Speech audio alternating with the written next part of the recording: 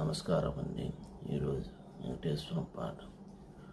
గోవింద హరి గోవింద గోకుల నందన గోవింద, కడప జిల్లాలోని వెలిసిన గోవింద, కడప జిల్లాలో వెలిసిన గోవింద, దేవుని కడపలో వెలిసిన గోవింద, గోవింద హరి గోవింద, రాజంపేటలో వెలిసిన గోవింద, గోవింద హరి గోవింద, రాజంపేటలో తాళపాక అనే గ్రామంలో పుట్టిన అన్నమయ్య గోవింద, గోవింద హరి గోవింద.